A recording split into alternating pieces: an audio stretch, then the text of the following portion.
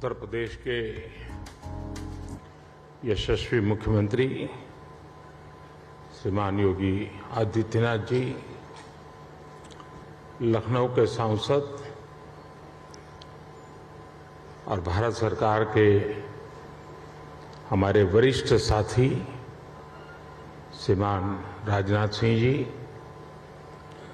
केंद्रीय मंत्रिमंडल के मेरे अन्य सहयोगीगण, यूपी के उप मुख्यमंत्री,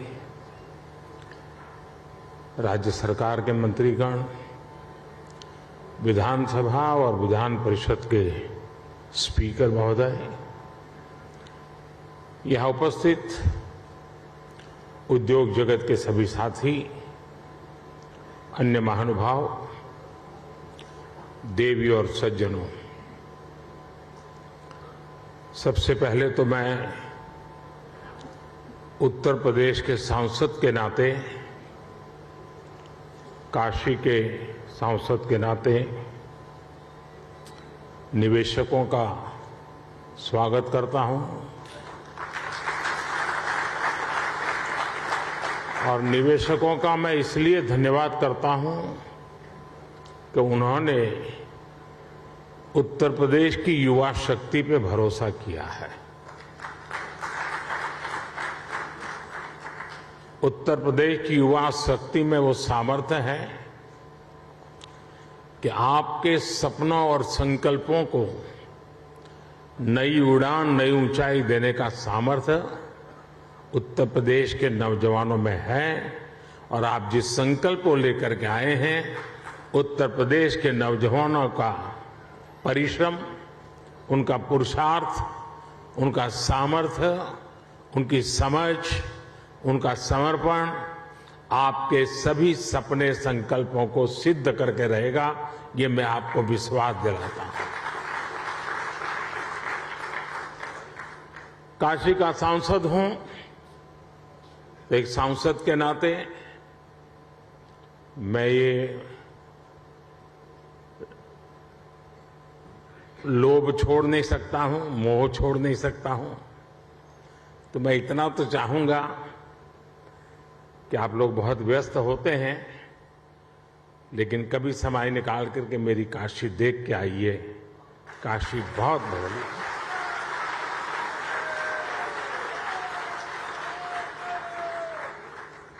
काशी बहुत बदल गई है। विश्व की ऐसी नगरी अपनी पुरातन सामर्थ्य के साथ नए रंग रूप में सज सकती हैं, ये उत्तर प्रदेश की ताकत का जीता जागता उदाहरण है।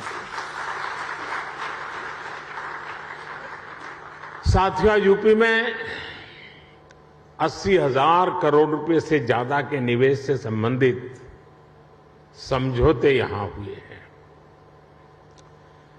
ये रिकॉर्ड निवेश यूपी में रोजगार के हजारों नए अवसर बनाएगा। ये भारत के साथ ही उत्तर प्रदेश की ग्रोथ स्टोरी पर बढ़ते विश्वास को दिखाता है। आज के इस आयोजन के लिए मैं यूपी के नौजवानों को विशेष बधाई दूंगा, क्योंकि इसका सबसे बड़ा लाभ यूपी के युवकों को, युवतियों को, हमारे नई पीढ़ी को होने वाला है। साथियों, इस समय हम अपनी आजादी के 75वें वर्ष का पर्व मना रहे हैं। आजादी का अमृत महोत्सव मना रहे हैं। ये समय अगले 25 वर्षों के लिए अमृत काल, नए संकल्प का काल, नए लक्ष्यों का काल और नए लक्ष्यों को प्राप्त करने के लिए सबका प्रयास के मंत्र को लेकर के परिश्रम की पराकाष्ठा करने का अमृत काल है। आज दुनिया में जो वैश्विक परिस्थितियां बनी है, वो हमारे लिए बड़े अवसर भी लेकर आई है। दुनिया आज जिस भरोसेमंद साथी को तलाश रही है, दुनिया तलाश रही है, उस पर खरा उतरने का सामर्थ्य सिर्फ हमारे लोकतांत्रिक भारत के पास है। दुनिया आज भारत के पोटेंशियल को भी देख रही है और भारत के परफॉर्मेंस की भी सराहना कर रही है। कोरोना काल में भी भारत रुका नहीं, बल्कि अपने रिफॉर्म्स की गति को और बढ़ा दिया। इसका परिणाम आज हम सभी देख रहे हैं। हम G20 अर्थव्यवस्थाओं में सबसे तेजी से ग्रो कर रहे हैं। आज भारत ग्लोबल रिटेल इंडेक्स में दूसरे नंबर पे है। भारत दुनिया का तीसरा सबसे बड़ा एनर्जी कंज्यूमर देश है। बीते साल दुनिया के 100 से अधिक देशों से $84 बिलियन का रिकॉर्ड एफडीआई आया है। भारत ने बीते वित्तीय वर्ष में $417 बिलियन यानी 30 लाख करोड़ रुपए से ज्यादा का मर्केंडाइज एक्सपोर्ट करके नया रिकॉर्ड बनाया है। साथियों, एक राष्ट्र के रूप में अब ये समय अपने साझा प्रयासों को कई गुना अधिक बढ़ाने का है। एक ऐसा समय है जब हम अपने फैसलों को सिर्फ 1 साल या 5 साल को देखते हुए सीमित नहीं रख सकते। भारत में एक मजबूत मैन्युफैक्चरिंग इकोसिस्टम, एक मजबूत और डाइवर्स वैल्यू और सप्लाई चेन विकसित करने के लिए हर किसी का योगदान आवश्यक है। सरकार अपनी तरफ से निरंतर नीतियां बना रही हैं, पुरानी नीतियों में सुधार कर रही हैं। अभी हाल ही में केंद्र की एनडीए सरकार ने अपने 8 वर्ष पूरे किए हैं। इन वर्षों में हम, जैसा अभी योगी जी बता रहे थे, रिफॉर्म, परफॉर्म, ट्रांसफॉर्म के मंत्र के साथ आगे बढ़े हैं। हमने पॉलिसी स्टेबिलिटी पर जोर दिया है, कोऑर्डिनेशन पर जोर दिया है, ईज ऑफ डूइंग बिजनेस पर जोर दिया है। बीते समय में हमने हजारों कंप्लायंस खत्म किए हैं, पुराने कानूनों को समाप्त किया है। हमने अपने रिफॉर्म से एक राष्ट्र के रूप में भारत को मजबूती देने का काम किया है। One nation one tax GST हो, वन नेशन वन ग्रिड हो, one nation one mobility card हो, one nation one ration card हो, ये सारे प्रयास हमारी ठोस और स्पष्ट नीतियों का प्रतिबिंब है। जब से यूपी में डबल इंजन की सरकार बनी है, तब से यूपी में भी इस दिशा में तेजी से काम हो रहा है। विशेषकर यूपी में जिस प्रकार कानून व्यवस्था की स्थिति सुधरी है, उससे व्यापारियों का भरोसा लौटा है, बिजनेस के लिए सही माहौल बना है। बीते वर्षों में यहां की प्रशासनिक क्षमता और गवर्नेंस में भी सुधार आया है। इसलिए आज जनता का विश्वास योगी जी की सरकार पर है और जैसे उद्योग जगत के साथी अपने अनुभव के आधार पर अभी उत्तर प्रदेश की सराहना कर रहे थे, मैं सांसद के नाते अपने अनुभव बताता हूं। कभी हमने कोई उत्तर प्रदेश के एडमिनिस्ट्रेशन से निकट से नहीं देखा था। कभी मुख्यमंत्रियों की मीटिंगों में लोग आया करते थे तो वहां के एजेंडा कुछ अलग होते थे, लेकिन एक सांसद के रूप में जब मैं यहां काम करने लगा तो मेरा विश्वास अनेक गुना बढ़ गया कि उत्तर प्रदेश का ब्यूरोक्रेसी, उत्तर प्रदेश के एडमिनिस्ट्रेशन में वो ताकत है जो देश उनके पास चाहता है। जो बात उद्योग जगत के लोग कह रहे थे, एक सांसद के नाते मैंने स्वयं ने इस सामर्थ्य को अनुभव किया है और इसलिए मैं यहां सरकार के सभी ब्यूरोक्रेट्स, सरकार के छोटे मोटे हर व्यक्ति को ये जो मिजाज उनका बना है इसके लिए बधाई देता हूं, उनका अभिनंदन करता हूं।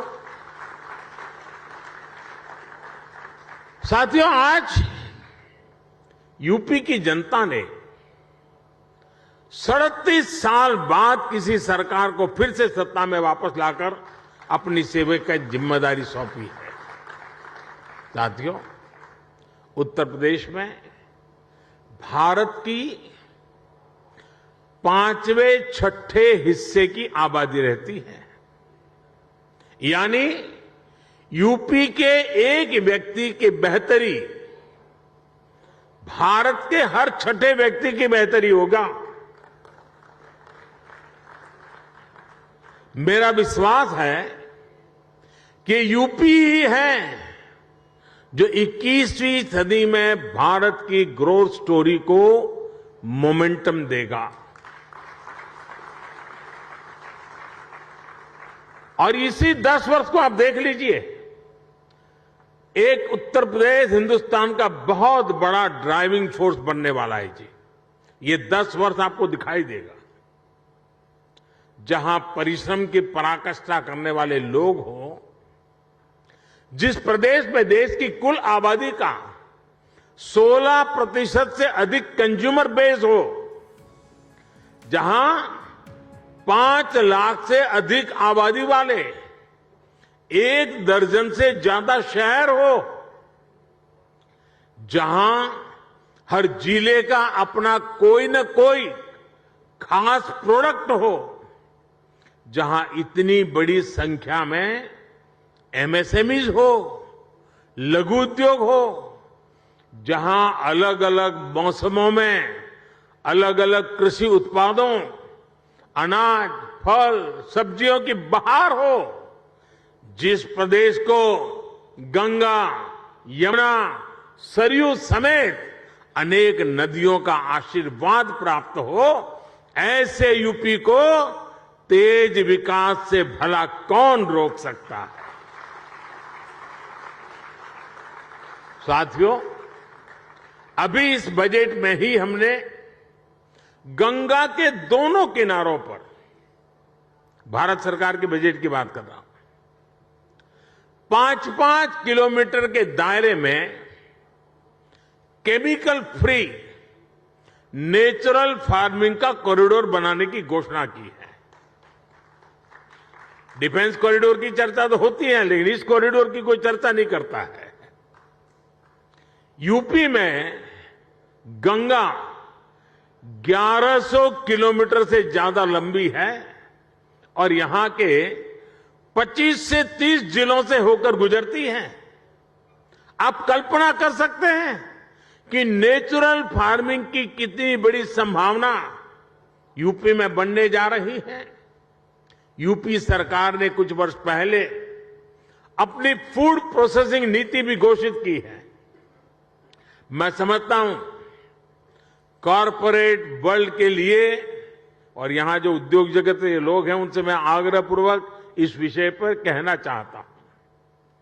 कॉरपोरेट वर्ल्ड के लिए इस समय एग्रीकल्चर में इन्वेस्टमेंट की एक गोल्डन अपॉर्चुनिटी है। साथियों, तेज विकास के लिए हमारी डबल इंजन की सरकार इंफ्रास्ट्रक्चर, इन्वेस्टमेंट और मैन्युफैक्चरिंग तीनों पर एक साथ काम कर रही है। इस साल के बजट में 7.5 लाख करोड़ रुपए के अभूतपूर्व कैपिटल एक्सपेंडिचर का एलोकेशन इसी दिशा में उठाया गया कदम है। मैन्युफैक्चरिंग को बढ़ावा देने के लिए हमने पीएलआई स्कीम्स घोषित की हैं, जिनका लाभ आपको यहां यूपी में भी मिलेगा। यूपी में बन रहा डिफेंस कॉरिडोर भी आपके लिए बेहतरीन संभावनाएं लेकर आ रहा है। भारत में आज डिफेंस मैन्युफैक्चरिंग पर जितना जोर दिया जा रहा है उतना पहले कभी नहीं दिया गया। आत्मनिर्भर भारत अभियान के तहत हमने बड़ी हिम्मत के साथ फैसला किया है। हमने 300 चीजें ऐसी आइडेंटिफाई की हैं और हमने निर्णय किया है कि ये 300 चीजें अब विदेश से नहीं आएगी।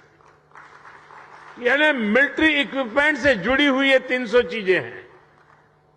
मतलब डिफेंस के क्षेत्र में जो मैन्युफैक्चरिंग में आना चाहते हैं उनके लिए इन 300 प्रोडक्ट के लिए तो मार्केट, एश्योर्ड मार्केट अवेलेबल है। इसका भी आपको बहुत ज्यादा लाभ मिलेगा। साथियों, हम मैन्युफैक्चरिंग और ट्रांसपोर्ट जैसे पारंपरिक बिजनेस की डिमांड को पूरा करने के लिए फिजिकल इंफ्रास्ट्रक्चर को आधुनिक बना रहे हैं। यहां यूपी में भी आधुनिक पावर ग्रिड हो, गैस पाइपलाइन का नेटवर्क हो या फिर मल्टी मॉडल कनेक्टिविटी, सभी पर 21वीं सदी की आवश्यकताओं के अनुसार काम हो रहा है। आज यूपी में जितने किलोमीटर एक्सप्रेसवे पर काम हो रहा है वो अपने आप में एक रिकॉर्ड है। आधुनिक एक्सप्रेसवे का सशक्त नेटवर्क उत्तर प्रदेश के सभी इकोनॉमिक जोन्स को आपस में कनेक्ट करने वाला है। जल्द ही यूपी की पहचान आधुनिक रेलवे इंफ्रास्ट्रक्चर के संगम के रूप में भी होने वाली है। ईस्टर्न और वेस्टर्न डेडिकेटेड फ्रेट कॉरिडोर यही यूपी में आपस में एक दूसरे से जुड़ने वाले हैं। जेवर समेत यूपी के 5 इंटरनेशनल एयरपोर्ट यहां की इंटरनेशनल कनेक्टिविटी को और मजबूत करने वाले हैं। ग्रेटर नोएडा का क्षेत्र हो या फिर वाराणसी, यहां 2 multi modal logistic transport hub का निर्माण भी हो रहा है। इंडस्ट्रियल स्ट्रेटेजी के हिसाब से, लॉजिस्टिक के हिसाब से यूपी देश के सबसे आधुनिक इंफ्रास्ट्रक्चर वाले राज्यों में शामिल हो रहा है। यूपी में बढ़ती हुई ये कनेक्टिविटी और बढ़ता हुआ इन्वेस्टमेंट यूपी के युवाओं के लिए अनेक नए अवसर लेकर आ रहा है। साथियों, आधुनिक इंफ्रास्ट्रक्चर के निर्माण में गति आए, इसके लिए हमारी सरकार ने पीएम गति शक्ति नेशनल मास्टर प्लान बनाया है। ये केंद्र सरकार, राज्य सरकार, अलग अलग विभाग, अलग अलग एजेंसियां, इतना ही नहीं स्थानीय स्वराज की संस्थाओं तक को, सभी को एक साथ जोड़ना, उसी प्रकार से प्राइवेट सेक्टर, बिजनेस से जुड़े संस्थानों को एक प्लेटफॉर्म पर लाने का काम ये पीएम गति शक्ति योजना के द्वारा हो रहा है। इस प्लेटफॉर्म के माध्यम से किसी भी प्रोजेक्ट से जुड़े हर स्टेक होल्डर को रियल टाइम जानकारी मिलेगी। अपने अपने हिस्से का काम उसे कब तक पूरा करना है, उसकी प्लानिंग वो समय पर कर पाएगा। बीते 8 साल में प्रोजेक्ट्स को समय पर पूरा करने का जो नया कल्चर देश में विकसित हुआ है, उनको ये नए आयाम देगा। साथियों, बीते वर्षों में भारत ने जिस तेजी से काम किया है, उसका एक उदाहरण हमारी डिजिटल क्रांति है। 2014 में हमारे देश में सिर्फ 6.5 करोड़ ब्रॉडबैंड सब्सक्राइबर थे। आज इनकी संख्या 78 करोड़ से ज्यादा हो चुकी है। 2014 में 1 जीबी डेटा करीब करीब 200 रुपये का पड़ता था। आज इसकी कीमत घटकर 11-12 रुपये हो गई है। भारत दुनिया के उन देशों में है जहां इतना सस्ता डेटा है। 2014 में देश में 11 लाख किलोमीटर का ऑप्टिकल फाइबर था। अब देश में बिछाए गए ऑप्टिकल फाइबर की लंबाई 28 लाख किलोमीटर के पार कर चुकी है। 2014 में देश में 100 से भी कम, यानी 100 भी नहीं, 100 से भी कम ग्राम पंचायतों में ऑप्टिकल फाइबर पहुंचा था। आज ऑप्टिकल फाइबर से जुड़ी ग्राम पंचायतों की संख्या भी 2.25 लाख को पार कर गई है। 2014 में देश में 90,000 के आसपास ही कॉमन सर्विस सेंटर्स थे। आज देश में कॉमन सर्विस सेंटर्स की संख्या भी 4 लाख से ज्यादा हो गई है। आज दुनिया के डिजिटल ट्रांजैक्शन का करीब करीब 40% भारत में हो रहा है। दुनिया का 40%। किसी भी हिंदुस्तानी को गर्व होगा। जिस भारत को लोग अनपढ़ बताते हैं, वो भारत ये कमाल कर रहा है। हमने बीते 8 वर्षों में डिजिटल क्रांति के लिए जिस फाउंडेशन को मजबूत किया, उसी का नतीजा है कि आज अलग अलग सेक्टर्स के लिए इतनी संभावनाएं बन रही है। इसका बहुत बड़ा लाभ हमारे युवाओं को मिला है। 2014 से पहले हमारे यहां कुछ 100 स्टार्टअप ही थे, लेकिन आज देश में रजिस्टर्ड स्टार्टअप की संख्या भी 70,000 के आसपास पहुंच रही है। अभी हाल ही में भारत ने 100 यूनिकॉर्न का रिकॉर्ड भी बनाया है। हमारी नई इकोनॉमी की डिमांड को पूरा करने के लिए डिजिटल इंफ्रास्ट्रक्चर की मजबूती का बहुत लाभ आप लोगों को मिलने वाला है। साथियों, मैं आपको आश्वस्त करता हूं कि यूपी के विकास के लिए, आत्मनिर्भर भारत के निर्माण के लिए जिस भी सेक्टर में जो भी रिफॉर्म आवश्यक होंगे, वो रिफॉर्म निरंतर किए जाते रहेंगे। हम नीति से भी विकास के साथ हैं, निर्णयों से भी विकास के साथ हैं, नियत से भी विकास के साथ हैं और स्वभाव से भी विकास के साथ हैं। हम सब आपके हर प्रयास में आपके साथ होंगे और हर कदम पर आपका साथ देंगे। आप पूरे उत्साह से उत्तर प्रदेश की विकास यात्रा में शामिल हो।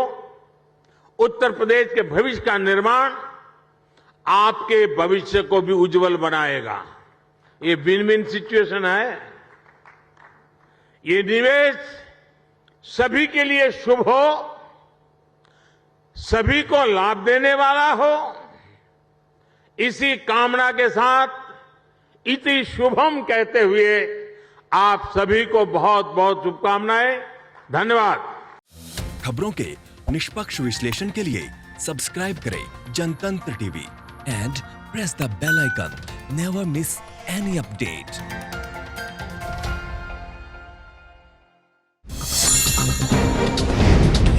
डाउनलोड कीजिए जनतंत्र टीवी ऐप को, जो कि अवेलेबल है गूगल प्ले और ऐप स्टोर पर। अधिक जानकारी के लिए अभी डाउनलोड करें।